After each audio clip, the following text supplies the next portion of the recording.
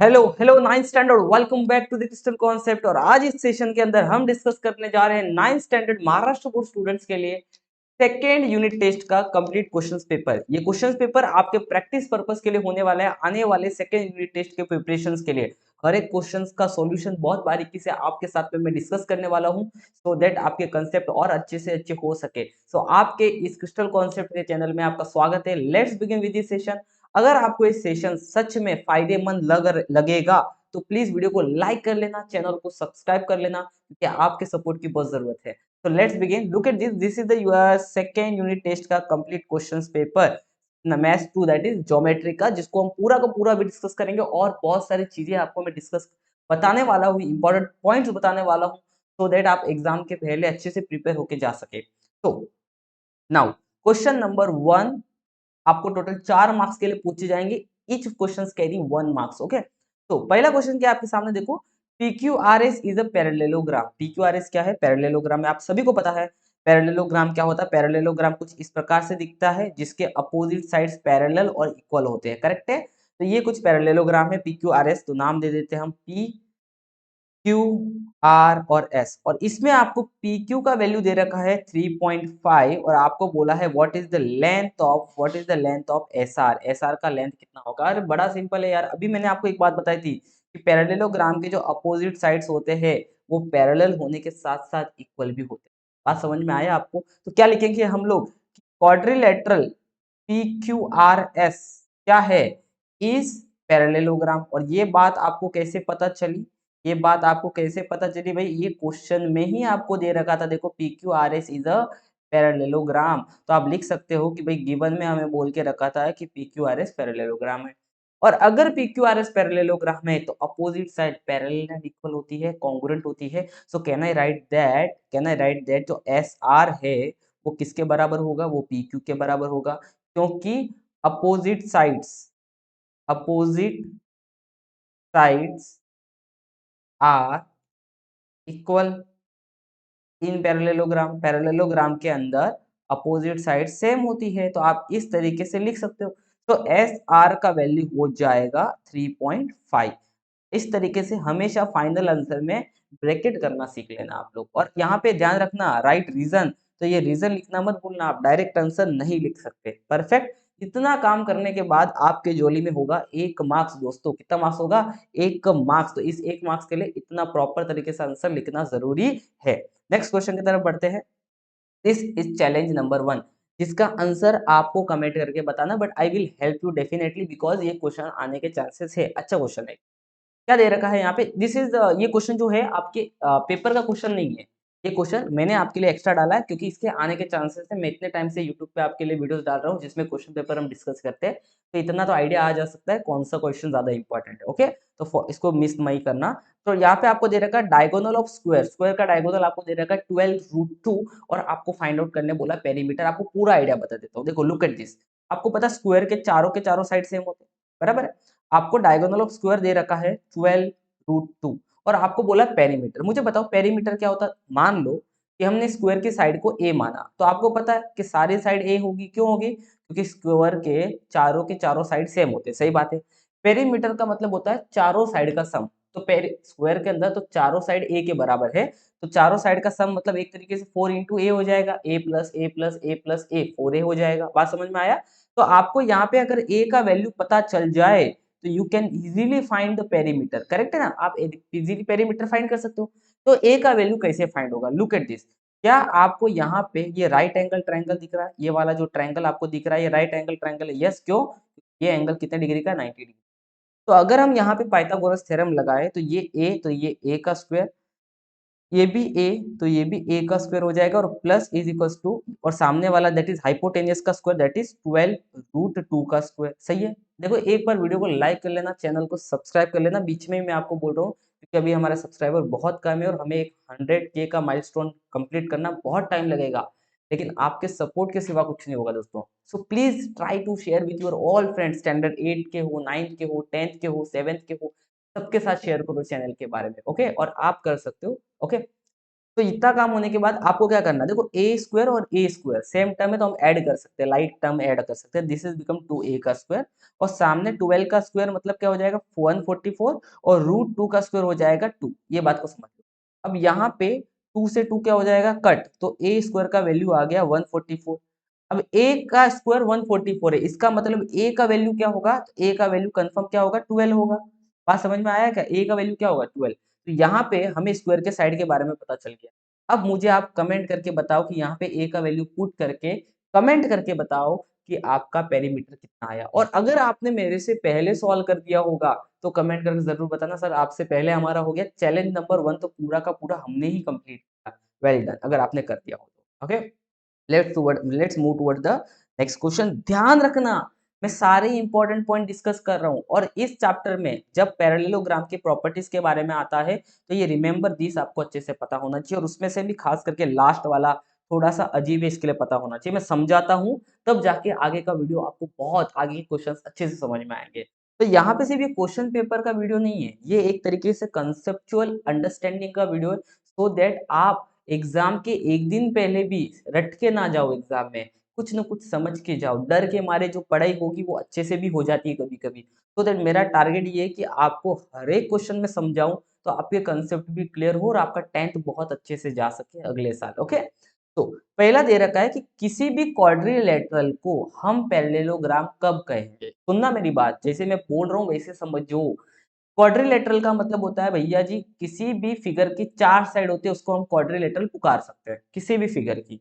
किसी भी क्वाड्रिलेटरल को हम पैरेललोग्राम कब कहेंगे, तब कहेंगे जब उसके pairs of opposite angles are congruent होंगे। किसी भी क्वाड्रिलेटरल को हम पैरेललोग्राम कब कहेंगे, जिसके अपोजिट एंगल, जैसा ये एंगल इसके बराबर होना चाहिए और ये वाला एंगल इसके बराबर होना चाहिए। तो जब आप दोनों पेयर्स को, दोनों अपोजिट एंगल के पेयर को बराबर बता दोगे हम पैरेललोग्राम कहेंगे। तो ध्यान रखना यहाँ पे दोनों पेयर को हमने बराबर बताना है, यहाँ पे दोनों पेयर को बराबर बताना है तभी हम उसको पैरेललोग्राम कहेंगे। दूसरा वापस से, किसी भी क्वाड्रिलेटरल को पैरेललोग्राम कब कहेंगे, जब उसके पेयर ऑफ अपोजिट साइड्स को हम कॉन्ग्रुएंट बता दें, मतलब अपोजिट साइड को अगर बराबर बता दें, इसके बराबर ये और इसके बराबर ये, तब हम उसको पैरेललोग्राम कहेंगे। तो वापस से यहाँ पे हमने पेयर ऑफ दोनों को, दोनों अपोजिट साइड को बराबर बताया है। ओके, ध्यान रखना वापस से दोनों। किसी भी क्वाड्रिलेटरल को पैरेललोग्राम कब कहेंगे, या फिर आप उसके डायगोनल को क्या बता दो कि आप बोल दो कि भैया उसके डायगोनल एक दूसरे को क्या कर रहे हैं, बाइसेक्ट कर रहे हैं। आप पूछोगे बाइसेक्ट का मतलब क्या होता है, तो बाइसेक्ट का मतलब होता है कि ये जो डायगोनल आप बना रहे हो, यहाँ पे ये जो डायगोनल बना रहे हो वो एक दूसरे को इक्वल पार्ट में क्या कर रहे हैं, बांट रहे हैं। मतलब यहाँ से लेके यहाँ तक की लंबाई बराबर है, क्योंकि ये रेड वाले डायगोनल ने यहाँ पे इसको ब्रेक कर दिया है और उसी तरीके से रेड वाले डायगोनल में यहाँ से लेके यहाँ तक की लंबाई बराबर है, क्योंकि ब्लैक वाले ने इसको यहाँ से ब्रेक कर दिया है। तो डायगोनल एक दूसरे को बाइसेक्ट मतलब दो बराबर हिस्सों में अगर बांट रहे हैं तभी भी हम उस क्वाड्रिलेटरल को पैरेललोग्राम कहते हैं। इन तीन बातों में से किसी भी एक बात को अगर आप प्रूव कर देते हो तो आप क्वाड्रिलेटरल को पैरेललोग्राम कह सकते हो। और कब कह सकते हो, सुनो। किसी भी क्वाड्रिलेटरल को आप पैरेललोग्राम कह सकते हो जब उसका अपेयर, मतलब अब सिर्फ एक पेयर की बात करनी है, अब आपको दो दो साइड को बराबर, एंगल को बराबर बताने की जरूरत नहीं है। किसी भी दो साइड को, मतलब सामने वाली साइड को, एक पेयर को ही क्या बताना है आपको, अपोजिट साइड को पैरेलल, मतलब आपको ये बताना कि दोनों साइड क्या है, पैरेलल। पैरेलल का मतलब होता है कि आगे जाके, पैरेलल का मतलब होता है कि आगे जाके कभी भी मिलेगी नहीं। जैसे कि देखो अगर मैं ऐसे कर लेता हूँ तो आगे थोड़ा सा आगे जाऊंगा, यहाँ पे ये देखो मिल जाएगा, आगे जाके थोड़ा सा ये देखो यहाँ पे मिल जाएगा। लेकिन अगर पैरेलल होती तो आगे कितना भी चले जाए, पीछे कितना भी चले जाए, कभी भी नहीं मिलेगा। सही बात है कि नहीं।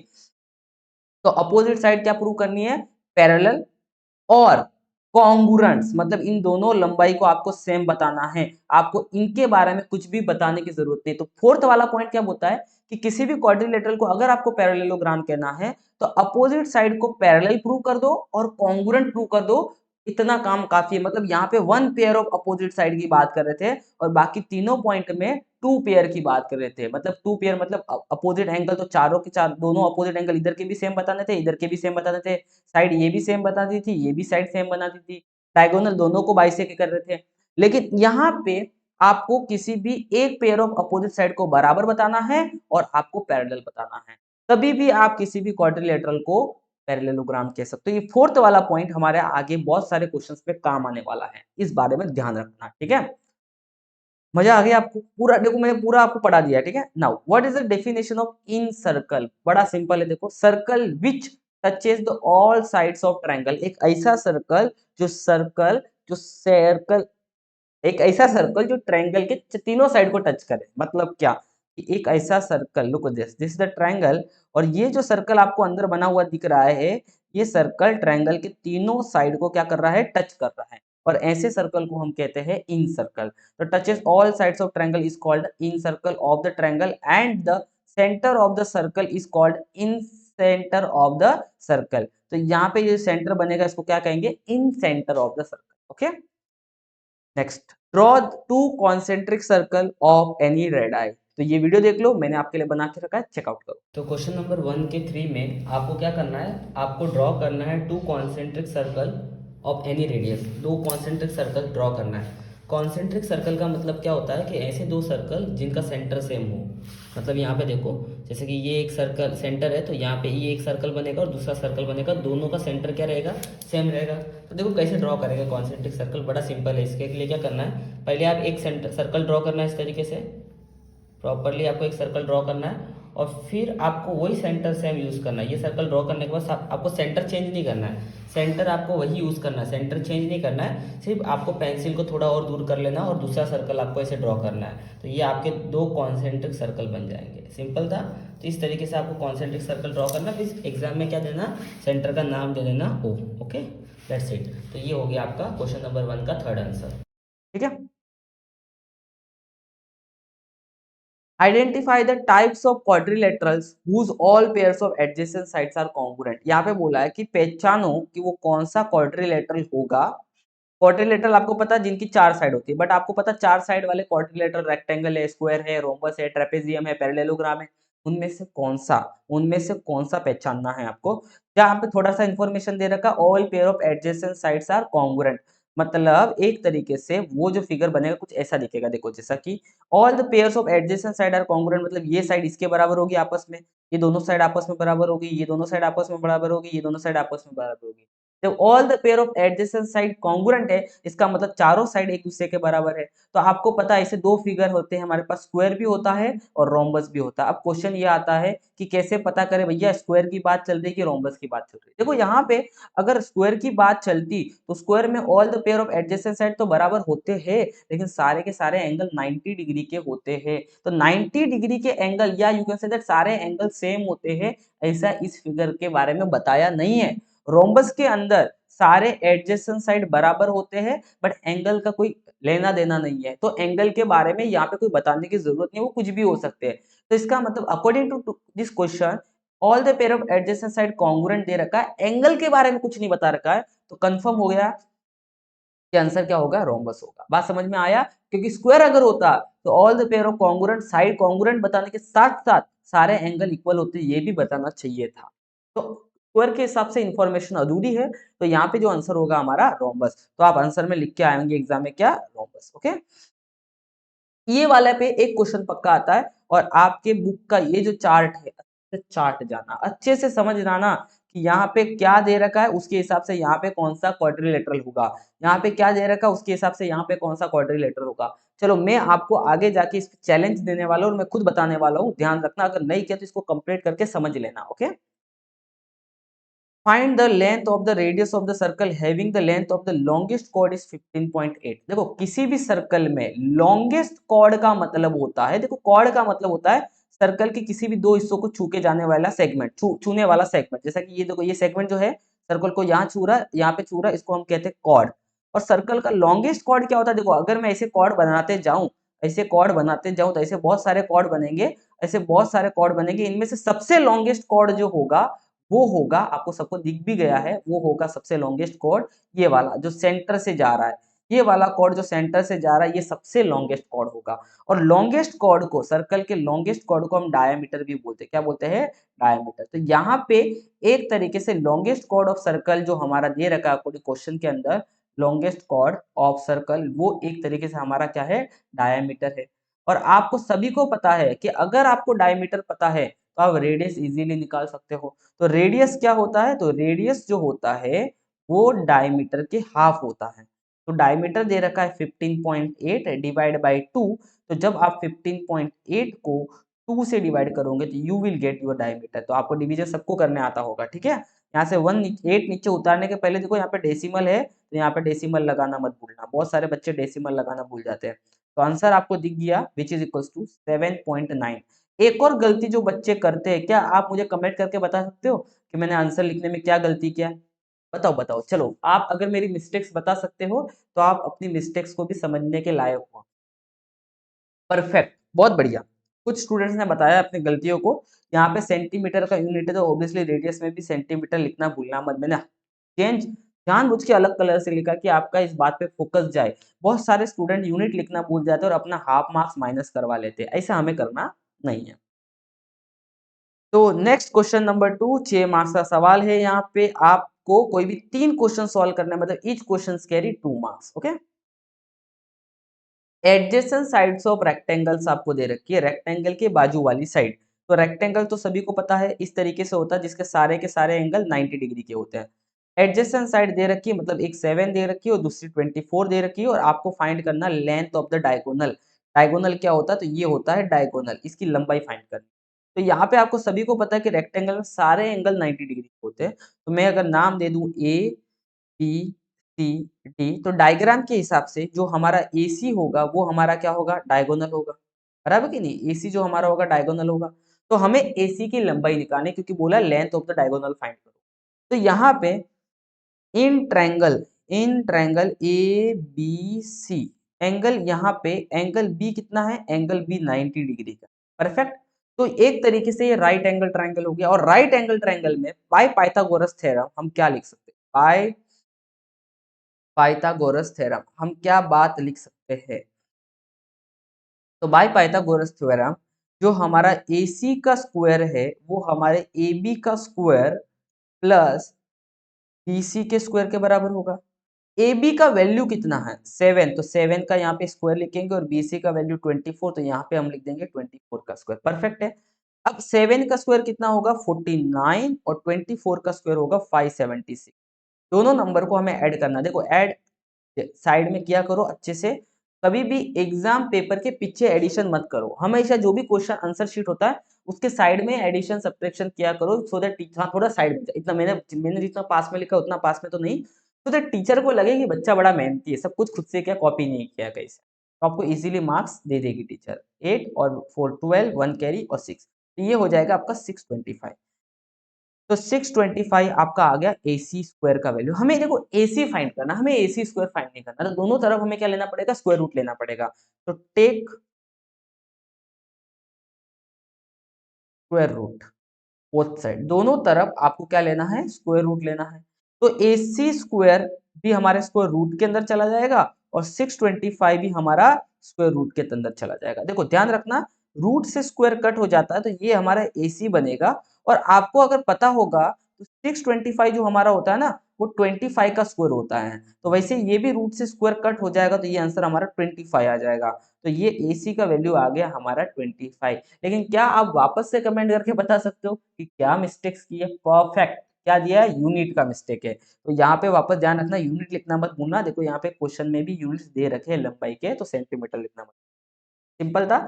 ये करने के बाद आपके हाथ में होंगे 2 में से 2 marks. Okay, next question, congruent chord of the circle are equidistance from the centre. समझो इस बात को, क्या दे रखा? पहले एक सर्कल बना देते खूबसूरत सा। हालांकि मैं रफली हाथ से बना रहा हूं तो थोड़ा मेरा टेढ़ा मेढ़ा बनेगा। आप तो मस्त कंपास से बनाना बढ़िया से। ओके, बन गया। कॉन्ग्रुएंट कॉर्ड मतलब सर्कल के अंदर 2 कॉर्ड है। कॉर्ड का मतलब मैंने बता दिया, सर्कल के किसी भी 2 पॉइंट को छूने वाला लाइन। कॉन्ग्रुएंट मतलब 2 कॉर्ड बनाना, दोनों का दोनों कॉर्ड कैसा है? सेम बनाना। कॉन्ग्रुएंट कॉर्ड्स 2 बनाओ, 2 से ज्यादा बनाओ। यहाँ पे ऐसा नहीं लिखा 2 लिखा, यहाँ पे लिखा कॉन्ग्रुएंट कॉर्ड्स। बहुत सारे बना सकते हो, हम 2 बना देते हैं। एक कॉर्ड बना देते हैं यहां से लेके यहां तक, और दूसरा कॉर्ड उसी नाप का उसी लंबाई का बना देते हैं यहां से लेके यहां तक। ध्यान रखना, एग्जाम आंसर शीट में आपको सेम लंबाई का कॉर्ड बनाने की जरूरत नहीं है, आपको सिर्फ अंदाजे सेम दिखना चाहिए ऐसा कॉर्ड आपको बना देना, ठीक है? क्योंकि कंस्ट्रक्शन का क्वेश्चन नहीं है, ठीक है? क्वेश्चन नॉर्मल क्वेश्चन है। 2 कॉर्ड हमने बना दिया। Congruent chord of the circle are equidistance from the centre of the circle, मतलब सुनो, कि भाई दो कॉर्ड कैसी है, तो दो कॉर्ड कॉन्ग्रुएंट है, ये बात गिवन है, ये बात आपके लिए क्या है, गिवन है। और आपको क्या प्रूव करना है, कि आपको प्रूव करना है कि दोनों कॉर्ड का जो सेंटर से दूरी है वो सेम है, दोनों कॉर्ड का सेंटर से दूरी क्या है, सेम है, ये आपको प्रूव करना है। मतलब अगर ये सेंटर है तो दोनों कॉर्ड का सेंटर से दूरी क्या होगा, एक पहली कॉर्ड का ये होगा और दूसरी कॉर्ड का ये होगा।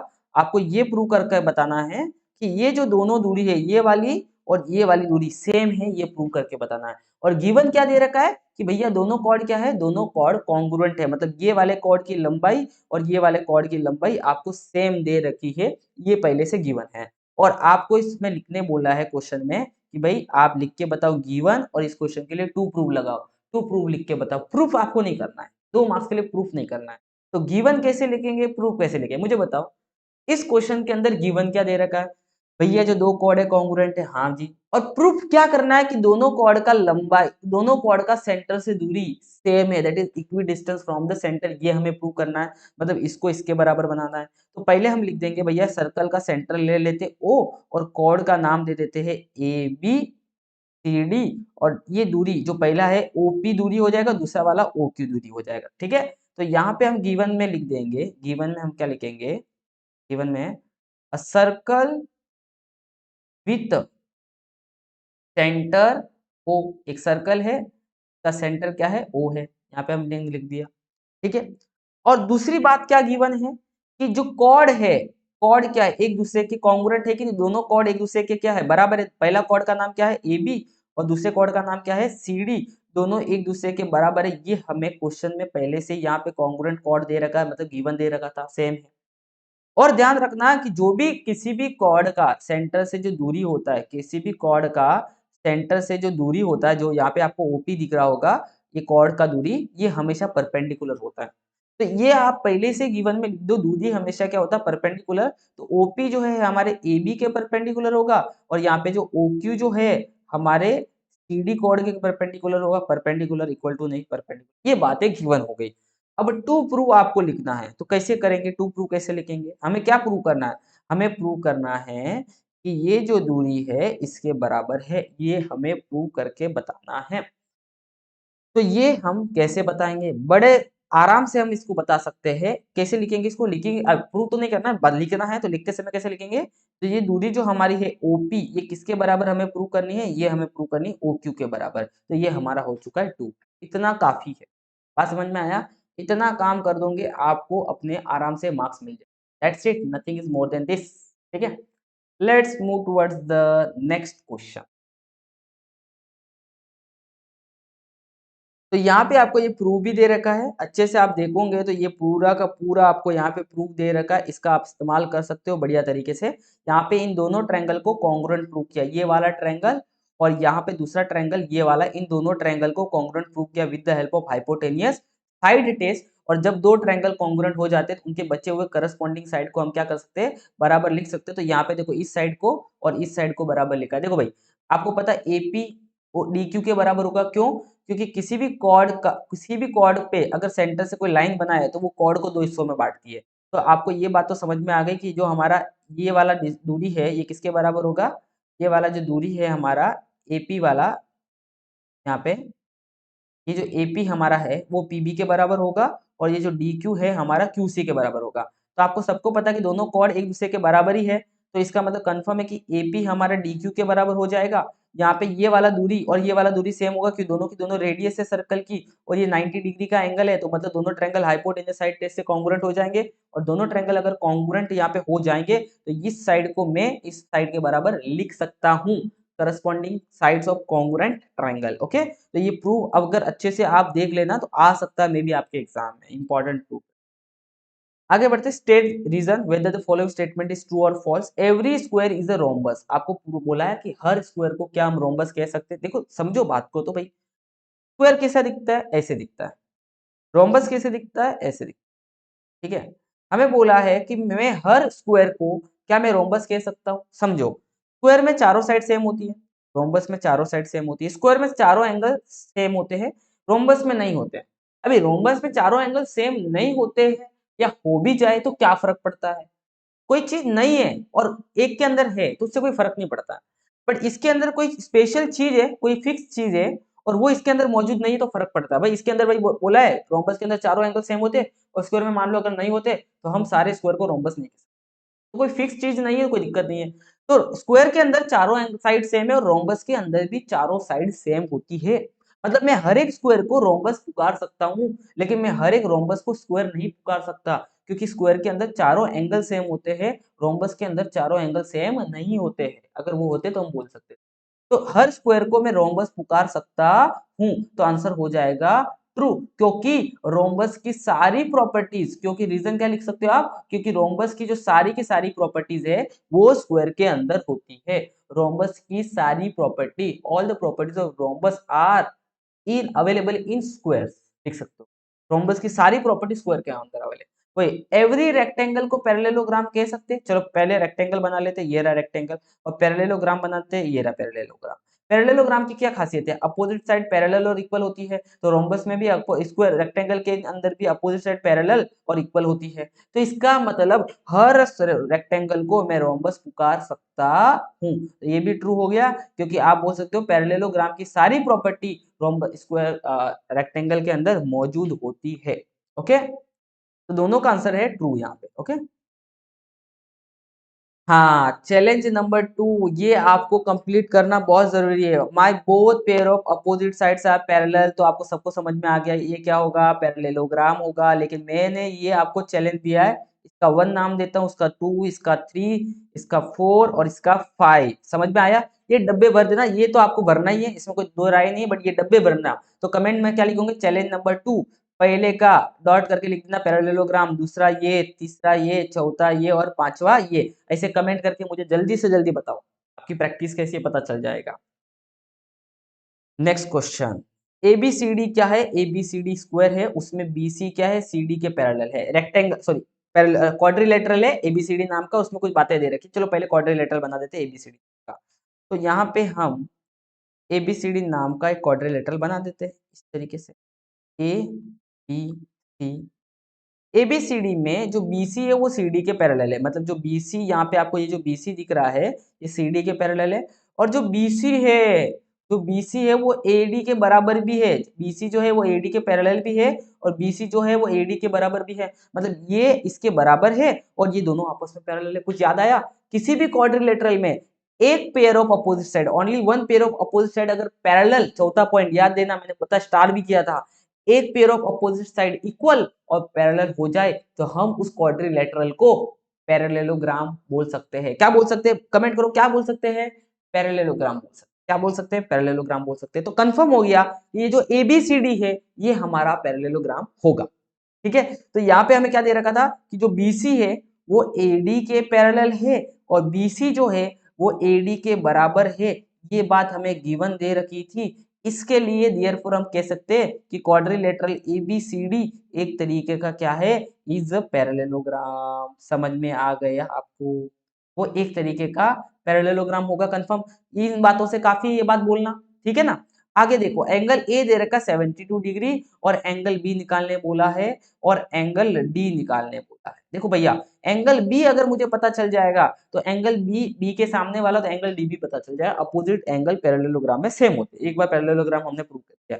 तो एंगल बी कैसे बताए, तो ध्यान रखना पैरेललोग्राम में बाजू वाले एंगल का, बाजू वाले एडजेसेंट एंगल का सम 180 डिग्री होता है, क्योंकि वो इंटीरियर एंगल होते हैं एक तरीके से। तो angle, angle A plus angle B कितने डिग्री होंगे, 180 डिग्री, क्योंकि वो क्या है, adjacent angles, adjacent angle, adjacent angles of parallelogram, adjacent angles of parallelogram कितने डिग्री के होते हैं, दोनों मिला के पैरेललोग्राम के एंगल्स कितने डिग्री के होते हैं, 180 डिग्री के।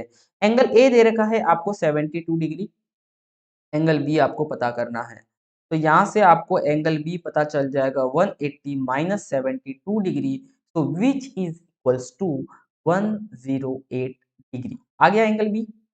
अब एंगल बी आ गया तो एंगल डी क्या होगा भैया, एंगल डी एंगल बी के अपोजिट है, तो angle D is equals to angle B होगा। क्यों होगा? अपोजिट एंगल्स ऑफ पैरेललोग्राम तो एंगल डी एंगल बी के बराबर और एंगल बी की वैल्यू 108 डिग्री है, तो ये भी हो जाएगा हमारा 108 डिग्री। आंसर को कभी भी बॉक्स बनाया करो जो भी आपको फाइंड करने बोला है। तो ये हो जाएगा हमारा आंसर। इधर से हम इधर गए थे तो ये बाद में लिखा। बात समझ में आया? सिंपल था कि नहीं? अच्छा लग रहा है? लाइक कर लिया, चैनल को सब्सक्राइब कर लिया। आगे बहुत सारे वीडियोस आने वाले, 10 तक हमें हमारा आपको सपोर्ट बना रहेगा। ठीक है? अब जो क्वेश्चन नंबर 3 है वो 6 मार्क्स के लिए होगा और 2 क्वेश्चन सॉल्व करने हैं, मतलब हर एक क्वेश्चन पे आपको 2 मार्क्स मिलने वाले हैं। ओके, तो लेट्स बिगिन विद, कोई भी 3 में से 2 सॉल्व करने हैं। हम 2 कोशिश करेंगे तीनों सॉल्व करें आपके लिए। तो यहाँ पे आपको दे रखा है कि एक ट्रायंगल है जिसमें ओके समझे, जो एक ट्रायंगल है तो पहले एक ट्रायंगल बनाओ, ज्यादा दिमाग ना लगाओ। तो पहले एक ट्रायंगल बनाते हैं अपन, एक खूबसूरत सा प्यारा सा ट्रायंगल। ये लो एक ट्रायंगल है, तो बोला तो ट्रायंगल तो बना लिया ट्रायंगल हमने। तो एक ट्रायंगल हमने बना दिया यहाँ पे इस तरीके से, और बोला है कि एबीसी नाम दे देते हैं, तो पहले एबीसी नाम। इस ट्रायंगल के अंदर P जो है हमारा मिड पॉइंट है AB साइड का। तो P जो है, P मतलब यहाँ पे P जो है वो हमारे AB साइड का क्या है, मिड पॉइंट है। मिड पॉइंट मतलब बीचों बीच। मिड पॉइंट हुआ मतलब ये AP जो लंबाई है और ये जो PB लंबाई है सेम होगी क्योंकि मिड पॉइंट है। दूसरा आगे बोल रखा है Q जो है हमारे वो AC का मिड पॉइंट है। Q जो है वो हमारे यहाँ पे AC का मिड पॉइंट है। बात समझ में आया? ठीक है। अब प्रूव करना है कि जो PQ, ये दो दोनों को कनेक्ट करके जो सेगमेंट बनेगा, ये जो PQ जो सेगमेंट बना, ये जो PQ जो बना वो हमारे BC के पैरेलल है, ये आपको प्रूव करना है। BC के पैरेलल मतलब दोनों साथ ऐसे अभी कनेक्ट नहीं होंगे। और जो PQ की जो लंबाई है, PQ की जो लंबाई है वो BC के आधी है, ये प्रूव करना है। आधी का मतलब क्या है कि अगर मान लो ये 10 है तो ये 5 होगा, अगर ये 20 है तो ये 10 होगा। ये आपको प्रूव करना है कि भाई वो लंबाई कितनी है, हाफ है। बात समझ में आया? कैसे करेंगे? देखो, सबसे पहले हम गिवन लिखेंगे। गिवन क्या है, मैं यहाँ से लिखना शुरू करता हूँ, जगह कम पड़ जाएगी नहीं तो। गिवन तो आपको पहले से यहाँ पे दे रखा है कि ट्रायंगल एबीसी के अंदर, इन ट्रायंगल एबीसी के अंदर P जो है, P is mid point of AB and Q is mid point है, Q जो हमारा है मिड पॉइंट है ऑफ AC का। ये दोनों साइड की मिड पॉइंट है। यहाँ तक ये हमें गिवन दे रखा है। प्रूव क्या करना है, तो हमें जो प्रूव करना रहता है वो हम ट्रू प्रूव के अंदर लिखते हैं। प्रूव करना है कि जो PQ जो है सेगमेंट वो हमारे BC के पैरेलल है और जो PQ है वो BC के आधा है। BC के यहाँ पे ये प्रूव कर, तो यहाँ अब लिख देंगे प्रूफ। लेकिन एक बात का ध्यान रखना ये करते समय, और कुछ हमें कंस्ट्रक्शन यहाँ पे करना पड़ेगा। क्या कंस्ट्रक्शन है मैं बता देता हूँ आपको। कंस्ट्रक्शन हमें यहाँ पे करना पड़ेगा। आपको यहाँ पे PQ को लंबा करना है। PQ को लंबा करना, कितना लंबा करना है? PQ को उतना लंबा करना है कि जितनी PQ की लंबाई है उतना PQ को आपको लंबा करना है। वापस सुनो मैंने क्या बोला, जितनी PQ की लंबाई है, अभी PQ की लंबाई जितनी है उतना आपको PQ को थोड़ा और आगे लंबा करना है सीधा स्ट्रेट लाइन में। ठीक है? और उस पॉइंट का कोई भी नाम दे दो, लेट्स से R, और इस R को आपको C से कनेक्ट कर लेना। इतना काम आपको कंस्ट्रक्शन में करना है। इतना काम किसमें करना है? कंस्ट्रक्शन में आपको करके दिखाना है। ये हमारा कंस्ट्रक्शन है एक तरीके से। थोड़ा सा हम डॉटेड वाला फॉर्मेट दे देते हैं। This is your construction. तो कंस्ट्रक्शन क्या किया आपने? आपने क्या किया? आपने PQ को एक्सटेंड किया अप टू R। PQ को R तक एक्सटेंड किया। इस बात का ध्यान रखा कि जो P है, जो Q है, R है, वो एक लाइन में रहे, मतलब कोलिनियर रहे। और दूसरी बात ध्यान रखना आपने, और किस बात का ध्यान रखा, जो PQ है हमारे वो किसके बराबर होगा, QR के बराबर होगा। इस बात का भी आपने ध्यान रखा। तो सच दैट लिख देना। मतलब क्या बोला मैंने अभी आपको, समझो इस बात को कि हम कह रहे हैं कि हमने PQ को R तक एक्सटेंड किया, ड्रॉ किया, लेकिन इस बात का ध्यान रखा कि पी क्यू आर को एक सीधे लाइन में रखा। देखो भाई, एक्सटेंड करने का मतलब मैं तो ऐसा भी टेढ़ा भी तो कर सकता था ना, लेकिन अपने टेढ़ा किया क्या, सीधा सीधा लेके गए। और दूसरी बात, जितना पी क्यू का लंबाई है उतनी लंबाई का मैंने क्यू आर बनाया। तो एक तरीके से आप बोल सकते हो डायग्राम में कि पी क्यू जो है हमारे वो क्यू आर के बराबर होगा कंस्ट्रक्शन के हिसाब से। बात समझ में आ गई आपको? कंस्ट्रक्शन। अब हम बात करेंगे टू प्रूफ का। टू प्रूफ भाई, आप दोनों ट्रायंगल के अंदर एंटर ले लो। कौन से दो ट्रायंगल के अंदर? हमें, हाँ, हमें क्या क्या बताना है? हमें बताना है, प्रूव क्या करना है, वापस उस पर बात करते हैं। हमें प्रूव करना है PQ जो है वो BC के पैरेलल प्रूव करना है। बात को समझना। और जो PQ का जो लंबाई है वो BC के आधी है, ये हमें। Understand what I am saying? देख, बड़े सभ्यता से, बड़े ध्यान से, बड़े प्रेम भाव से करना है। जैसे मैं बोल रहा हूँ समझने की पूरी कोशिश करो, तभी जीवन का क्या आएगा? आनंद आएगा। क्या आएगा? आनंद। जीवन में बिना आनंद के मजा ही नहीं है। और अगर क्रिस्टल कॉन्सेप्ट के जो क्लासेस के स्टूडेंट देख रहे होंगे तो इस वीडियो पे वाह-वाह कर लेना इस पॉइंट पे। मैं समझ जाऊँगा तुम लोगों ने वाह-वाह किया, इस वीडियो को यहाँ तक देखा जो पढ़ने आते क्लास में। ओके? तो आपने ये कर दिया। टू प्रूव करना है अपने को, तो हमें इन दोनों ट्रायंगल के अंदर कूदना है। कौन सा ट्रायंगल भैया? ये वाला जो ट्रायंगल दिख रहा है आपको, A2P ऊपर वाला, और दूसरा वाला ये वाला ट्रायंगल, दैट इज, छोटा कर लेते हैं इसको। दूसरा ये वाला ट्रायंगल आपका, ये वाले दोनों ट्रायंगल के अंदर आपको जंप लेना है। तो इन दोनों ट्रायंगल को हमें कॉन्ग्रुएंट अभी प्रूव करना है। क्या करना है? इन दोनों ट्रायंगल को हमें कॉन्ग्रुएंट अभी प्रूव करना है। ओके? ये वाला ट्रायंगल, इन दोनों ट्रायंगल में ध्यान देना है। पहले वाले ट्रायंगल का नाम क्या है?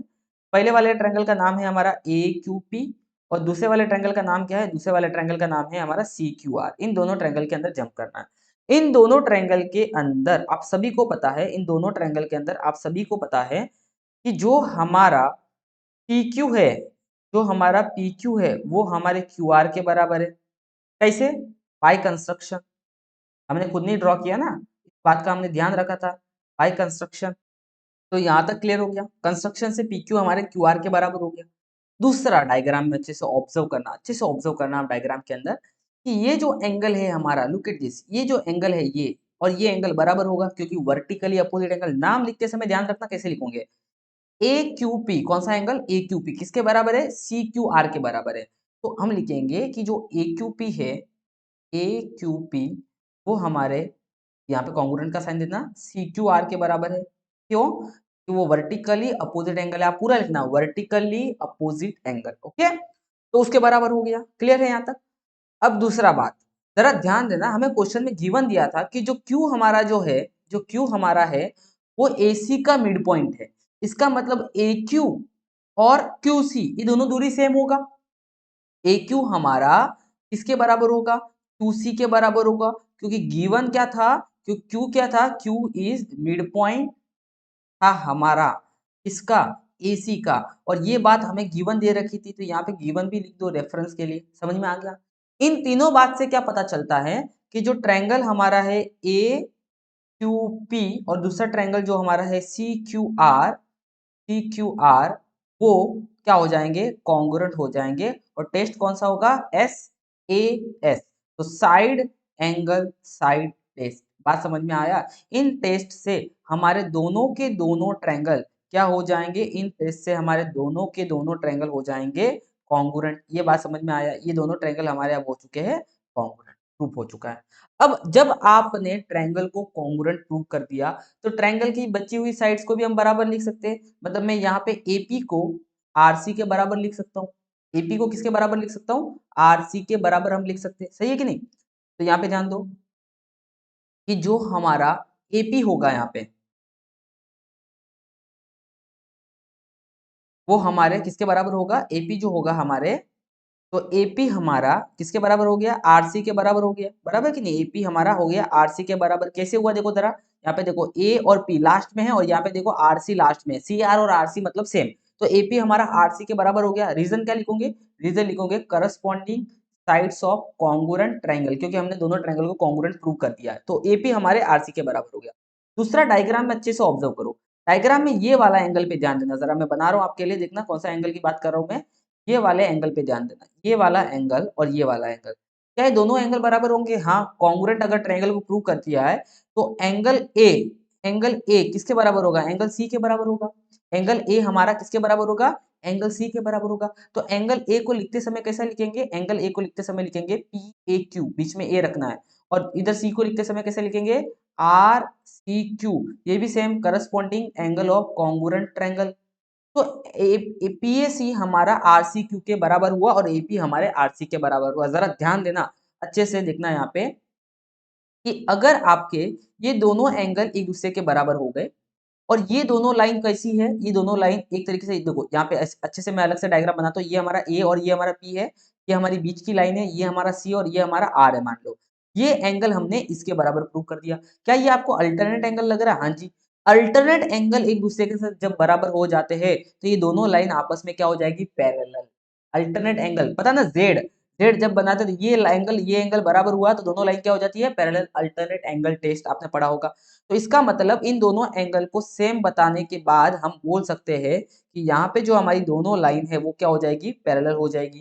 करेक्ट है, यहाँ पे दोनों लाइन, तो कहने से दैट कि एंगल को सेम बताने से मैं बोल सकता हूँ कि सेगमेंट एपी जो है वो पैरेलल होगा आरसी के, क्योंकि हमने यहाँ पे प्रूव कर दिया कि एंगल दोनों सेम है। रीजन क्या लिखोगे, अल्टरनेट एंगल टेस्ट, बराबर। अब जरा देखो, एपी जो है आरसी के पैरेलल है, तो भाई देखो ये एपी को आगे लंबा करूंगा तो एबी बन जाएगा पूरा का पूरा। तो एपी अगर आरसी के पैरेलल है तो ये पीबी तो आरसी के पैरेलल होगा, क्योंकि ये एपी को लंबा करने से तो पीबी बन रहा है। ऐसा तो है नहीं कि हमने पीबी को टेढ़ा मेढ़ा बनाया है, सीधा का सीधा लंबा किया है। तो जैसा कि एपी पैरेलल है तो देयरफॉर मैं लिख सकता हूँ कि जो पीबी है वो हमारे आरसी के पैरेलल होगा। क्यों होगा कि भाई जो ए है, पी है, बी है, वो तीनों के तीनों एक ही लाइन के तो है, ऐसा तो है नहीं अलग लाइन बनाई है। तो पीबी हमारे आरसी के पैरेलल हो गया। करेक्ट है। अब एक और बात ध्यान रखो कि यहां से हमने क्या सीखा कि यहाँ पे से हमने प्रूव किया था कि जो हमारा एपी है वो आरसी के बराबर है, सही बात है। दूसरी बात और ध्यान देना कि यहाँ पे ये मिड पॉइंट था, यहाँ पे ये क्या था, मिड पॉइंट। यहाँ पे आप नंबर डाल दो, कोई दिक्कत नहीं है। यहाँ पे देखो इसको नंबर 1 कर दो, इसको नंबर 2 कर दो। तो यहाँ पे हम पैरेलल क्यों लिख पाए, तो यहाँ पे हम पैरेलल लिख पाए फ्रॉम 1, तो यहाँ पे आप 1 रीजन लिख देना। और यहाँ पे हमने एपी किसके बराबर लिखा, आरसी के बराबर, तो ये कहाँ से लिखा, फ्रॉम 2 से हमने ये बात लिखी, सही बात है। तो एपी जो है हमारा इस ट्रायंगल में, एपी किसके बराबर है, आरसी के बराबर है। लेकिन आपको पता पी मिड पॉइंट है, तो जो एपी है हमारा वो पीबी के बराबर भी है, क्योंकि पी मिड पॉइंट है। तो हम यहाँ पे लिख सकते हैं कि जो एपी जो है हमारा पीबी के बराबर है, क्योंकि यहाँ पे क्या है, पी क्या है, मिड पॉइंट गिवन था क्वेश्चन के अंदर। तो अगर पी मिड पॉइंट है तो यहाँ दोनों तरफ एपी एपी लिखा है, तो यहाँ पे आरसी और पीबी भी आपस में बराबर हो जाएगा। तो इन दोनों से हमें क्या समझ में आया कि therefore RC is equal to PB. तो इन दो बातों को समझना, एपी जो हमारा है, यहाँ पे इन दो बातों को समझना, यहाँ पे जो पीबी जो हमारा है वो आरसी के पैरेलल आ गया, और आरसी जो है हमारे पीबी के बराबर भी आ गया। अब आप डायग्राम में अच्छे से ध्यान दो, जरा मैं जिधर लाइन कर रहा हूँ उस फिगर में देखो, ये वाला जो फिगर आपको दिख रहा है, क्या ये आपको क्वाड्रिलेटरल दिख रहा है, चार साइड वाला, हाँ जी ये क्वाड्रिलेटरल आपको दिख रहा है। मैं हाईलाइट कर लेता हूँ आपके लिए, ये जो आपको फिगर दिख रहा है ये वाला, क्या ये आपको क्वाड्रिलेटरल दिख रहा है। इस फिगर के अंदर ये वाला साइड इस वाले साइड के बराबर भी हमने प्रूव कर दिया, सही बात है। और ये वाले साइड को इस साइड के हमने पैरेलल भी प्रूव कर दिया। इसका मतलब जो क्वाड्रिलेटरल पीबीसीआर है इस पैरेललोग्राम, बात समझ में आया क्या, वो एक तरीके का क्या होगा, पैरेललोग्राम होगा। ये बात हम कैसे कर पाए, ये क्योंकि हमने अपोजिट साइड को पैरेलल प्रूव कर दिया, इसको पॉइंट नंबर 3 दे दो। और हमने अपोजिट साइड को इक्वल भी प्रूव कर दिया, तो आप लिख सकते हो कि फ्रॉम थर्ड एंड फोर्थ हमने ये काम कर दिखाया। हमने प्रूव कर दिया कि भाई जो यहाँ पे ये बन रहा है हमारा पीबीसीक्यू, वो एक तरीके का पैरेललोग्राम बनेगा। यहाँ तक क्लियर हो गया। अब अच्छे से ध्यान देना, मैं यहाँ पे आ जाता हूँ, लुक एट दिस।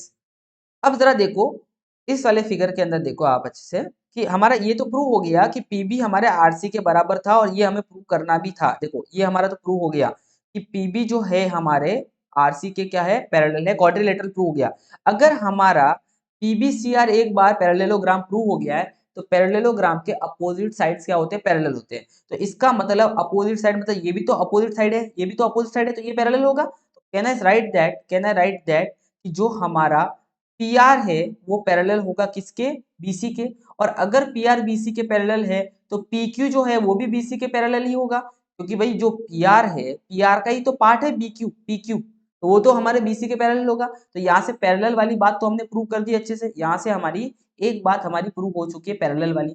अब अभी आधा प्रूव करना है। तो आपको पता है कि पैरेललोग्राफ के अपोजिट साइड सेम होते हैं, मतलब ये जो पी आर है वो हमारे बीसी के बराबर होगा। तो मैं लिख सकता हूँ जो पी आर है वो हमारे बीसी के बराबर होगा। यहाँ तक क्लियर है। दूसरा, अगर आप डायग्राम में देखोगे तो हमने जब कंस्ट्रक्शन किया था तो पी क्यू को और क्यू आर को सेम रखा था, पी क्यू की लंबाई और क्यू आर की लंबाई क्या रखा था, सेम रखा था। तो क्या मैं बोल सकता हूँ जो पी आर है हमारा वो हमारे पीसी के आधा होगा, वो हमारे इस पी क्यू के आधा, पी क्यू जो है हमारा वो पी आर के आधा होगा। तो मतलब ध्यान से समझना, यहाँ पे हम लिखेंगे कि जो हमारा पी आर है उसका डबल होगा, उसका PQ का डबल होगा, क्योंकि PQ क्या है, मिड पॉइंट है, Q यहाँ पे क्या है, मिड पॉइंट है। लुक एट दिस, यहाँ पे देखो ये जो PQ है, ये PQ क्या है, मिड पॉइंट है, बराबर, क्योंकि हमने दोनों सेम रखा है। तो अगर मैं पी क्यू का डबल करता हूँ, अगर मैं पी क्यू का क्या करता हूँ, डबल करता हूँ, तो वो पी आर के बराबर ही होगा। तो पी आर है, तो इधर B C is equal to two P Q के बराबर हो जाएगा। तो B C is equal to यहाँ पे हो जाएगा हमारा टू पी क्यू के बराबर, और यहाँ से टू को डिवीजन में भेज दूंगा, तो बी सी का आधा हो गया इधर आगे पी क्यू। तो ये हमारा ये भी प्रूव हो गया कि हमें आधा प्रूव करना था। तो ये हमने पैरेलल प्रूव कर दिया, और ये हमने आधा प्रूव कर दिया, और यहाँ पे हमारा काम खत्म होता है। और जो भी थ्योरम था उसका स्टेटमेंट आपको एंड में वापस से लिख देना।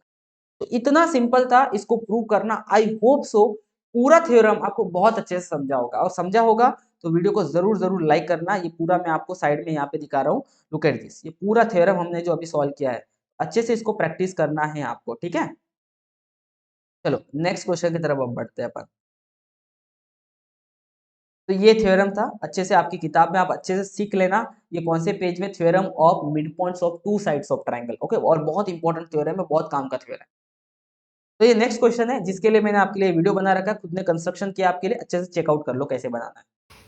सो क्वेश्चन नंबर 3 का 2 में आपको क्या करना है, एक ट्रायंगल ड्रॉ करना जिसका नाम डी ई एफ है, और आपको गिवन दिया रहे कि डी ई और ई एफ आपको दे रखा है 6 सेंटीमीटर, और एंगल एफ दे रखा है 45 डिग्री, 45 डिग्री, ओके। आपको कंस्ट्रक्ट करना है सर्कम सर्कल। सर्कम सर्कल क्या होता है, एक ऐसा सर्कल जो ट्रायंगल के तीनों वर्टेक्स को इस तरीके से छू के जाता हो, तीनों वर्टेक्स को बाहर की तरफ से इस तरीके से क्या करके जा रहा है, टच करके जा रहा है।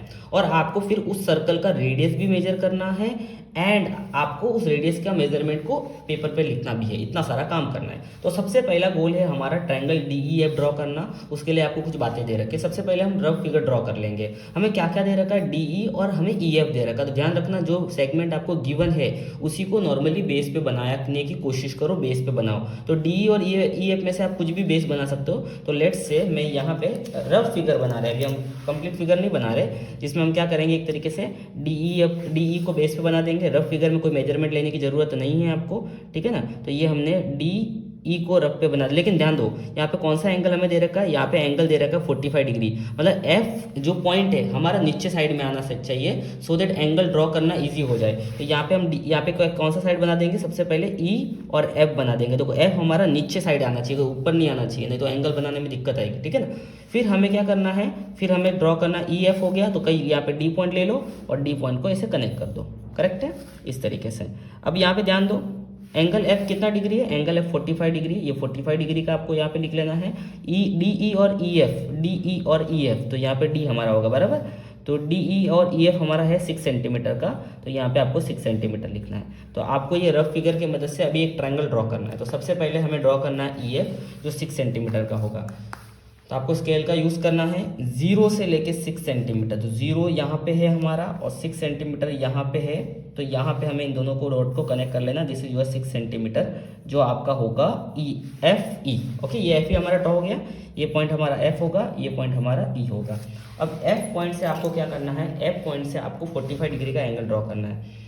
ध्यान रखना, एंगल ड्रॉ करते समय क्या गलती होती है, ध्यान रखो। अब देखो एफ पॉइंट के इस तरफ हमारी लाइन है, करेक्ट है, इस तरफ लाइन नहीं है, इधर आपको कुछ नहीं करना, इस तरफ हमारी लाइन है। तो 45 डिग्री कहाँ से काउंट करना, देखो 0 तो यहाँ पे भी है और 0 तो यहाँ पे भी है, तो 45 डिग्री कहाँ से काउंट करें, जिस तरफ आपकी लाइन है उस तरफ का 0 को काउंट करके आपको 45 डिग्री काउंट करना है। कुछ स्टूडेंट 0 ये वाला काउंट करके इधर से 45 डिग्री ड्रॉ करना शुरू कर लेते, गलत बात है। जिस तरफ आपकी लाइन है, इस तरफ लाइन है, तो 0, 10, 20, 30, 40 और ये आपका एंगल मिल गया 45 डिग्री। बात समझ में आया। अब इन दोनों को कनेक्ट करना है, एफ को और इस पॉइंट को। तो ये हमारा एफ यहाँ पे, इन दोनों को आपको इस तरीके से कनेक्ट करना है, कोई मेजरमेंट यहाँ पे फिक्स नहीं है। उसके बाद एफ से डी तक जाने के लिए आपको 6 सेंटीमीटर का डिस्टेंस चाहिए। तो आपको कंपास का यूज़ करना है अपने, और आपको स्केल का यूज़ करना है, रूलर का यूज़ करना है। रूलर के अंदर आपको 6 सेंटीमीटर लेना है। यहाँ पे आपको क्या लेना है, 6 सेंटीमीटर। थोड़ा भी मिस्टेक्स मत करना, नहीं तो आपके 1 mm भी मिस्टेक्स मत करने की कोशिश करना। जितना एक्यूरेसी रहेगा उतना अच्छा रहेगा, ठीक है ना। तो 6 सेंटीमीटर का आपको लेंथ लेना है और जस्ट आपको एक आर्क ड्रॉ करना है। तो मतलब ये वाला जो पॉइंट है, ये हमारा कौन सा पॉइंट होगा, यहाँ से डी पॉइंट होगा, जो एफ से 6 सेंटीमीटर पे, करेक्ट है। और इन दोनों को आपको ऐसे कनेक्ट कर लेना है। So this is your 6 centimetre, that is D. तो अकॉर्डिंग टू दिस ट्रायंगल हमने पूरा एक कंस्ट्रक्शन ड्रॉ कर दिया ट्रायंगल का। अभी आपको ड्रॉ करना है सर्कम सर्कल, इस ट्रायंगल का सर्कम सर्कल का कैसे ड्रॉ करते हैं? सर्कम सर्कल को ड्रॉ करने के लिए आपको तीनों साइड के परपेंडिकुलर बाइसेक्टर ड्रॉ करने पड़ेंगे। क्या ड्रॉ करने पड़ेंगे? Perpendicular bisector. कैसे ड्रॉ करते हैं परपेंडिकुलर बाइसेक्टर? चलो, सबसे पहली साइड का है हमारी ई एफ, इसका परपेंडिकुलर बाइसेक्टर ड्रॉ करते हैं तो हम ई पॉइंट का और एफ पॉइंट का इस्तेमाल करेंगे और कंपास का इस्तेमाल करेंगे। तो हम पहले एफ पॉइंट पे रखेंगे और अंदाजे से आधे से जो भी मतलब ई एफ का जो भी दूरी है उससे आधे से ज़्यादा दूरी लेने की कोशिश करेंगे पेंसिल के अंदर। तो आधे से ज़्यादा मतलब ये ऐसे, और एक आर्क हम ऊपर की तरफ मारेंगे इस तरीके से और एक आर्क नीचे की तरफ। फिर वैसे हम एफ पे रखेंगे और एक आर्क इधर और एक आर्क इधर। ध्यान रखना ये काम करते समय ये कंपास के बीच का दूरी चेंज नहीं होना चाहिए, ये ऐसा अंदर बाहर नहीं होना चाहिए थोड़ा भी, जब तक आप पूरा आर्क ड्रॉ नहीं करो। मैं वापस से बता रहा हूँ कि ये लाइन मारने के लिए ये वाली पेंसिल का यूज़ मत करो, अलग से पेंसिल यूज़ करो आप। और ये लाइन एकदम लाइट मारना, डार्क मत करना, बिकॉज ये हमारे ट्रायंगल का पार्ट नहीं है, हमारे कंस्ट्रक्शन का पार्ट नहीं। तो एकदम लाइट लाइन आपको इसी तरीके से ड्रॉ करनी है। सेम काम अभी आपको डी एफ का परपेंडिकुलर बाइसेक्टर ड्रॉ करना है, तो उसके लिए एफ और डी पॉइंट का यूज़ करेंगे। सेम वही आधे से ज़्यादा लेना है, एक आर्क इधर एक आर्क इधर, फिर सेम यहाँ पे डी पे रखना है, एक आर्क ऊपर एक आर्क नीचे। दूसरी पेंसिल का यूज़ करके आपको लाइन ड्रॉ करनी है, तो ये दूसरी पेंसिल का यूज़ करके हम लाइन ड्रॉ कर रहे हैं। ठीक है, अब आपका आंसर सही है कि नहीं, आपका डायग्राम सही है कि नहीं वो अब पता चल जाएगा। आपको क्या करना है, अभी तीसरा वाला साइड लेना है। एक बार ई आधे से ज़्यादा लेके, ई आधे से ज़्यादा ही लेना, हमेशा आधे से कम मत लेना। एक बार ई पे रखेंगे और एक बार कहाँ रखेंगे, डी पे रखेंगे, बराबर। तो यहाँ पे अभी डी पे रखेंगे, ई का काम हो गया, फिर हम डी पे रखेंगे। आर्क का ध्यान देना क्योंकि खिचड़ी बन जाती है, पता नहीं चलता हमारा कौन सा आर्क है।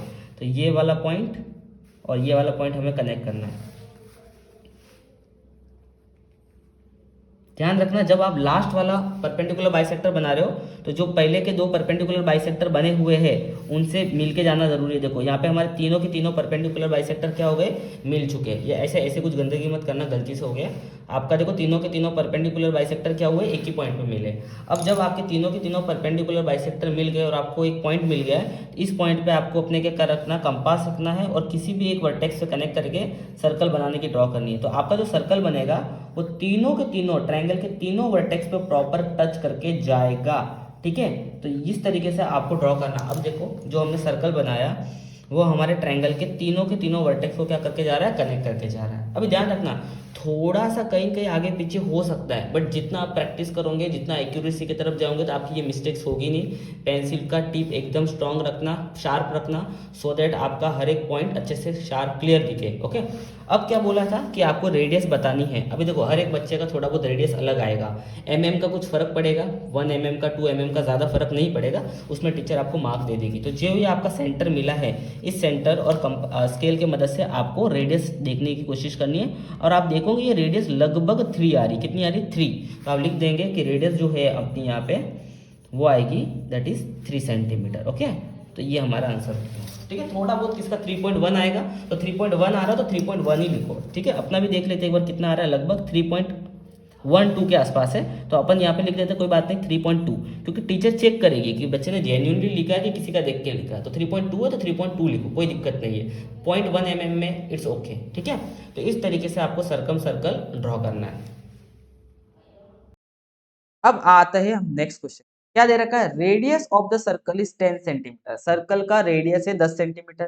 There is a two chord of length is 16 centimeter. What will be the distance of this chord from the center of the circle? तो पहले हम एक सर्कल बना देते खूबसूरत सा तरीके से, और दो कॉर्ड बनानी जिनकी लंबाई 16 सेंटीमीटर, मतलब दोनों कॉर्ड की लंबाई सेम है। यहाँ पे दोनों कॉन्ग्रुएंट कॉर्ड है, दोनों कॉर्ड की लंबाई सेम है, तो दोनों कॉर्ड बना देते हैं 16 सेंटीमीटर। लेट से ए बी पी क्यू, और बीच में हम बना देते हैं ओ नाम का सेंटर। और radius of the circle is 10 centimetre. ठीक है, what will be the distance of this cord from the centre of the circle, मतलब सेंटर ऑफ द सर्कल से आपको कॉर्ड तक की लंबाई, मतलब ये लंबाई निकालनी है आपको। तो आपको पहली बात तो ये पता होना चाहिए कि दोनों दोनों दूरियां सेम होगी। क्यों होगी, क्योंकि दोनों कॉर्ड की लंबाई सेम है। अगर दोनों कॉर्ड की लंबाई सेम है तो सेंटर से दूरी सेम होती है। देखो ये दोनों कॉर्ड जो है, दोनों कॉर्ड कितने की, 16 सेंटीमीटर की, तो दोनों कॉर्ड की सेंटर से दूरी सेम होती है थ्योरम में, ध्यान रखना। दो कॉर्ड अगर इक्वल है तो दोनों कॉर्ड की सेंटर से दूरी सेम होती है, मतलब आपको कोई भी एक दूरी निकालनी, दोनों निकालने नहीं बैठना। पहली बात तो ध्यान रखो। दूसरा है रेडियस, मतलब क्या होता है, सेंटर से लेके सर्कमफेरेंस तक का दूरी, मतलब ये रेडियस है तो यहाँ पे आपको एक रेडियस बना देनी है, ये हम रेडियस यहाँ पे ड्रॉ कर लेते हैं, ठीक है। अब जरा इस वाले ट्रायंगल में आपको ध्यान देना, फोकस करना है ये वाले ट्रायंगल के अंदर, ठीक है। यहाँ पे इसका नाम दे देते हैं डी, ठीक है। तो इन अ सर्कल विथ सेंटर क्या है, सेंटर है ओ, सही बात है। ये जो ओडी हमने बनाया है परपेंडिकुलर होगा ए बी के, ध्यान रखना डिस्टेंस हमेशा सेंटर से जो होता है परपेंडिकुलर, ओडी जो है हमारा वो ए बी के क्या होगा, परपेंडिकुलर होगा, पहली बात ध्यान रखना। इसका मतलब ये एक राइट एंगल ट्रायंगल बनेगा, सही बात है कि नहीं, क्योंकि 90 डिग्री का एंगल है यहाँ पे ये जो एंगल है हमारा कौन सा डिग्री का है, 90 डिग्री का है, ठीक है। तो ये परपेंडिकुलर हो गया, तो हम इस ट्रायंगल में जाके देखते हैं। और दूसरी बात ध्यान रखना कि एक और एक कॉन्सेप्ट ध्यान रखना कि किसी भी सर्कल से के सेंटर से कॉर्ड के ऊपर परपेंडिकुलर ड्रॉ करते हैं तो वो कॉर्ड को दो बराबर हिस्सों में बांट देता है, मतलब यहाँ से कॉर्ड हमारा दो हिस्सों में बटेगा, ये दूरी और ये दूरी हमारी सेम, ठीक है। तो मैं बोल सकता हूँ कि जो एडी होगा वो हमारे ए बी का आधा होगा, और ए बी मतलब क्या, कॉर्ड का लंबाई, और कॉर्ड का लंबाई दे रखा है 16, तो 16 का आधा दैट इज 8 सेंटीमीटर होगा हमारे एडी का लंबाई। आप लिख लेना परपेंडिकुलर, रीजन क्या लिखना, perpendicular drawn from centre of circle bisect, bisect the chord, chord को दो हिस्सों में बांट देता है, लिखा हमने, तो एडी हो गया।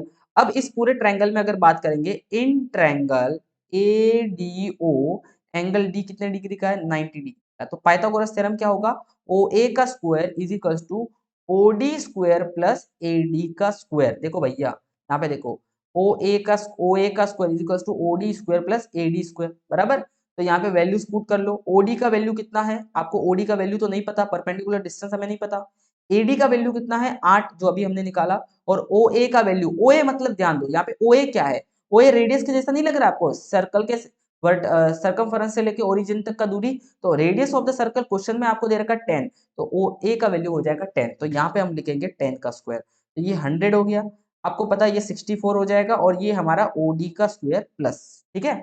अब देखो ये प्लस में इधर आके माइनस होगा, तो 100 माइनस 64 और इधर बचेगा ओडी का स्क्वायर, तो ये आएगा आपका 36 इज इक्वल टू ओडी का स्क्वायर, मतलब ओडी का स्क्वायर आ गया आपका 36, ओके। ओडी का स्क्वायर कितना आ गया, ओडी का स्क्वायर आ गया आपका 36, दोनों तरफ स्क्वायर रूट लेंगे तो ओडी का वैल्यू आ गया आपका 6 सेंटीमीटर, कितना आ गया, यूनिट लिखना भूलना मत, 6 सेंटीमीटर।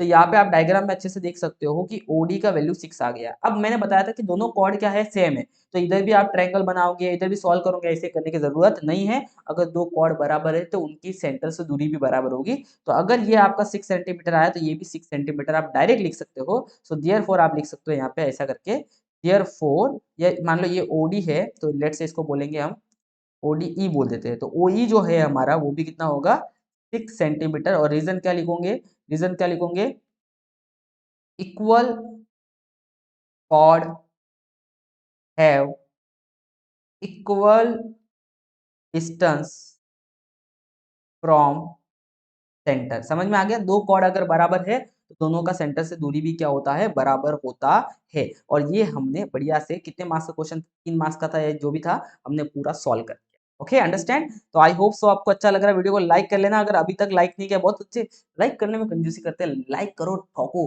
आपके लिए और भी बहुत सारे वीडियोस अपलोड करके रखे हैं, उनको भी चेकआउट कर लेना, बहुत सारे वीडियोस डिस्क्रिप्शन में है, तो उनको भी आप देख लेना, आपके सेकंड यूनिट टेस्ट के लिए और आपके फाइनल एग्जाम्स के लिए भी बहुत सारे वीडियोस अवेलेबल है चैनल पे, ओके। तो ये प्रूफ था जो हमने अभी किया, question solve. Next question number 4, 4 marks का कोई भी एक सवाल आपको सॉल्व करना है। तो यहाँ पे आपको प्रूव करना है कि भैया एक क्वाड्रिलेटरल है, क्या प्रूव करना है, प्रूव दैट क्वाड्रिलेटरल है, कोई भी रैंडमली क्वाड्रिलेटरल है, उसके हम बहुत सारे ज्वाइनिंग द मिड पॉइंट्स, तो मतलब यहाँ पे एक रैंडमली हम कोई भी क्वाड्रिलेटरल बना देते हैं, रैंडम क्वाड्रिलेटरल बना देते हैं, और क्वाड्रिलेटरल्स के मिड पॉइंट्स बना देते हैं, हर साइड के मिड पॉइंट, इस साइड का भी मिड पॉइंट, इस साइड का ये मिड पॉइंट, इस साइड का ये मिड पॉइंट, इस साइड का मिड पॉइंट, ABCD नाम देते हैं, और मिड पॉइंट्स का नाम दे देते हैं P Q R S, और इनको ज्वाइन कर लेते हैं ठीक है। तो ये हमारा एक क्वाड्रिलेटरल बन गया, क्वाड्रि रेड वाला क्वाड्रिलेटरल है और ब्लैक वाला भी अंदर एक और नया क्वाड्रिलेटरल था।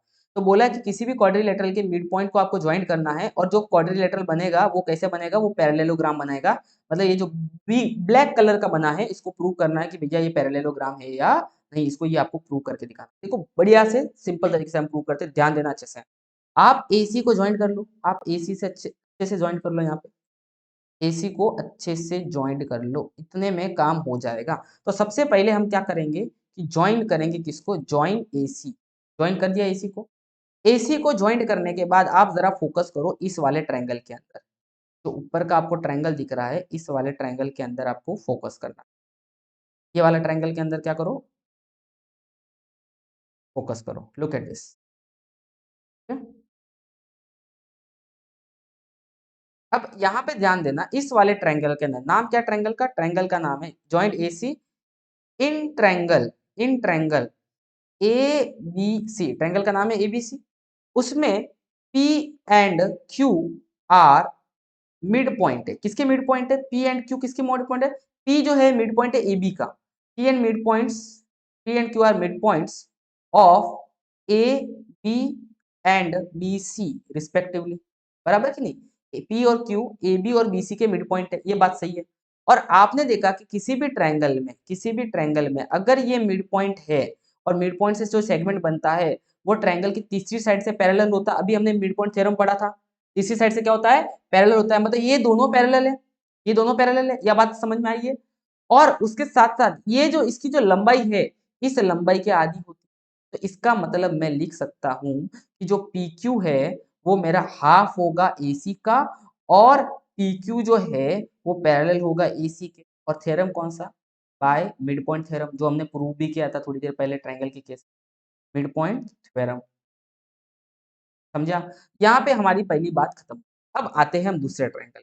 अब आप इस वाले ट्रायंगल में फोकस करो, नीचे वाले ट्रायंगल, लुक एट दिस, ये वाले ट्रायंगल। सेम वहां पे भी सेम कहानी बनेगी, वहां पे भी सेम कहानी बनेगी। ये जो S है वो हमारे AD का मिड पॉइंट है, और जो R है वो हमारे DC का मिड पॉइंट। तो यहाँ पे हम वही बात लिखेंगे कि भाई इन ट्रायंगल, कौन सा ट्रायंगल, DAC में S and R are mid points of AD and EC respectively. यहां तक क्लियर हो गया, दोनों मिड पॉइंट है। अब अगर वो मिड पॉइंट है तो सेम बात, सेम वही बात कि जो SR है हमारा वो AC का आधा होगा और पैरेलल भी होगा। तो वही सेम बात हम भी लिखेंगे कि जो SR है वो हमारा AC का आधा होगा, और SR जो है वो हमारे AC के पैरेलल भी होगा। इन दोनों बातों से, पहली बात ये और दूसरी बात ये, जरा ध्यान दो, जरा ध्यान दो। AC का आधा है PQ, AC का आधा है SR। तो AC का वैल्यू अगर 10 है तो PQ का वैल्यू 5 होगा, AC का वैल्यू 10 है तो SR का वैल्यू भी 5 होगा। तो इसका मतलब बाय डिफॉल्ट PQ और SR बराबर हो गया। PQ और SR बराबर होना क्योंकि वो दोनों AC के आधे हैं। तो इन दोनों से हमें ये समझ में आ गया कि जो PQ है वो SR के बराबर हो गया, 1 और 2 से। दूसरा, जरा ध्यान दो, AC से PQ पैरेलल है भाई, AC से PQ पैरेलल है, ठीक है, और AC से SR पैरेलल है। तो अगर दोनों चीज एक ही चीज से पैरेलल है, AC से पैरेलल है, तो दोनों आपस में भी क्या हो जाएगी, दोनों आपस में भी पैरेलल हो जाएगी, PQ और SR भी पैरेलल हो जाएगा। तो यहाँ पे हम लिख सकते हैं PQ is parallel to SR। और ये बात कैसे पता चली, तो फ्रॉम 1 एंड 2। अगर किसी भी क्वाड्रिलेटरल में, अभी ध्यान देना जरा, हमने प्रूव कर तो दिया है, क्या कर दिया कि भैया जी ये जो है, ये जो साइड, ये जो हमारा है PQ, वो हमने बराबर कर दिया SR के, और ये जो PQ है हमने SR के बराबर कर दिया, बराबर कर दिया, और PQ को SR के पैरेलल भी कर दिया। और किसी भी क्वाड्रिलेटरल में अपोजिट साइड बराबर और पैरेलल होना मतलब वो पैरेललोग्राम होना। ये फोर्थ वाला पॉइंट मैंने बोला ना, फोर्थ वाला पॉइंट बहुत इंपॉर्टेंट है। इसका मतलब मैं लिख सकता हूं देयरफॉर PQRS इज पैरेललोग्राम। और रीजन क्या होगा, if any quadrilateral have, if any quadrilateral have a pair of opposite sides are equal and parallel then it is a parallelogram। वो फोर्थ वाली लाइन आप यहाँ पे कॉपी कर सकते हैं जो मैंने बताई थी, याद रखना, भूलना मत। और इस तरीके से हमारे 4 मार्क्स आपके जोली में होंगे। किस तरह होंगे, आपके जोली में। ओके, नेक्स्ट है आपके लिए चैलेंज नंबर 3। कमेंट करके बताना आपका चैलेंज नंबर 3 क्या होगा, आंसर क्या होगा। बहुत इंपॉर्टेंट है कि भैया एक रोम्बस है, ये लो रोम्बस है, ये रोम्बस हमने बना दिया, और उसके रोम्बस के अपोजिट एंगल्स आपको दे रखे हैं। रोम्बस के opposite angle that is 2x, और ये कौन सा है 3x minus 40 degree, find the value of x, x की वैल्यू फाइंड करनी। ध्यान रखना रोम्बस के अपोजिट एंगल इक्वल होते हैं, मतलब 3x माइनस 40 को आप लोग 2x के बराबर लिख सकते हो। और जल्दी से उसको सॉल्व करके कमेंट करके बताओ फटाफट, चैलेंज नंबर 3 का भी कमेंट करके बताना है। और लास्ट वाला जो हमारा क्वेश्चन है वो है कंस्ट्रक्शन वाला, और इसका वीडियो है, देखते रहो अच्छे से। देखो ध्यान देना, इसका जो वीडियो है, इस कंस्ट्रक्शन का वीडियो मैंने आपके लिए कमेंट करके रखा है, आपके लिए कमेंट किया है, उस डिस्क्रिप्शन में लिंक दिया है, अलग से जाके देख लेना, नहीं तो अपना वीडियो बहुत बड़ा हो जाएगा, ठीक है। तो कंस्ट्रक्शन कैसे करना है, उसके पहले वाले कंस्ट्रक्शन का भी और दूसरे वाले कंस्ट्रक्शन का भी वीडियो का लिंक मैंने डिस्क्रिप्शन में दे रखा है, दोनों जाके चेकआउट कर लेना। आई होप सो सेशन आपको पसंद आया होगा, और वीडियो अगर आपको अच्छा लगा होगा तो चैनल को लाइक करो, शेयर करो, सब्सक्राइब करो, और अपने स्कूल के सारे दोस्तों के साथ शेयर करो, 8, 9, 10 स्टैंडर्ड के साथ में। Thank you so much for watching, keep exploring.